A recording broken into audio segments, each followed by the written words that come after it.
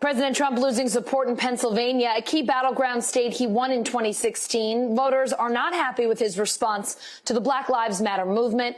NBC News Now correspondent Dasha Burns joining us now from Beaver County, Pennsylvania. And Dasha, Beaver was an easy win for President Trump back in 2016. You've been talking to voters there. What are they telling you?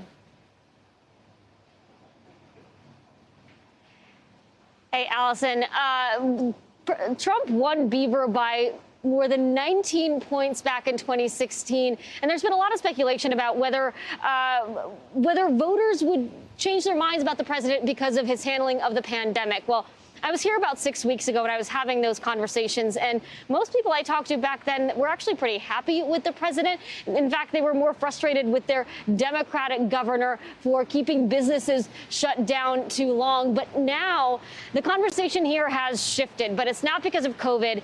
It's because of race. And that's surprising in a place like Beaver, because this is a community that's more than 90% white, only 6% black.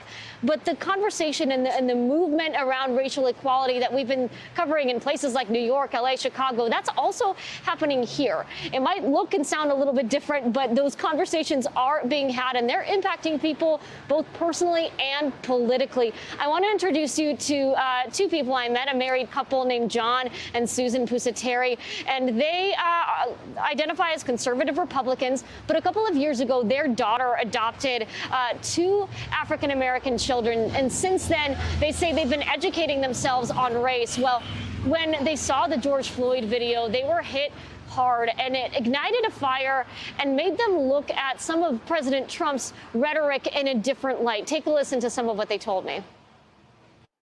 What is your perspective on how the president has handled these protests and this uprising in America right now?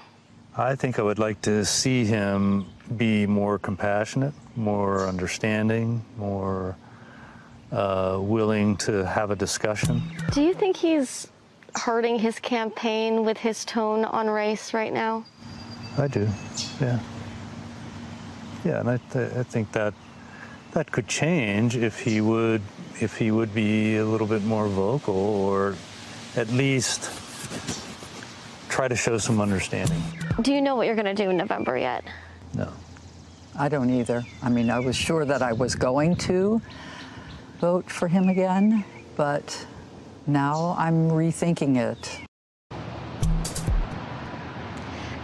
And Allison, the people I've been talking to, it's not like they woke up with blue fever and are suddenly big Joe Biden fans. That's not the case. But they are asking themselves some new questions and negotiating these priorities that are taking them in some different directions.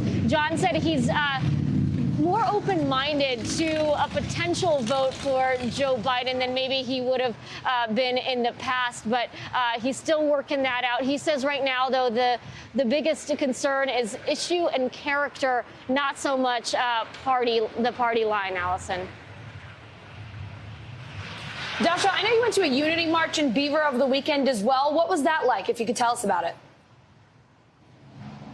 Yeah, as I mentioned, this movement is happening here. Now, interestingly, it was not called a Black Lives Matter march. It was a unity march. And the organizer tells me he put that umbrella on it to try and bring more people to the table, because frankly, for a lot of people in this community, this is a new conversation, this depth of analysis of racial relations. People are having these conversations with their neighbors, with their partners for the first time. But what I saw on Saturday was a pretty big group, a couple hundred at least, white people marching behind a small black community here. Again, African Americans make up only 6% of Beaver, but the community walked behind them.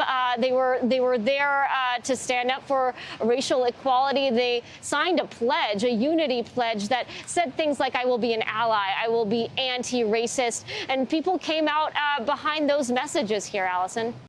Hey, NBC News viewers, thanks for checking out our YouTube channel. Subscribe by clicking on that button down here, and click on any of the videos over here to watch the latest interviews, show highlights, and digital exclusives.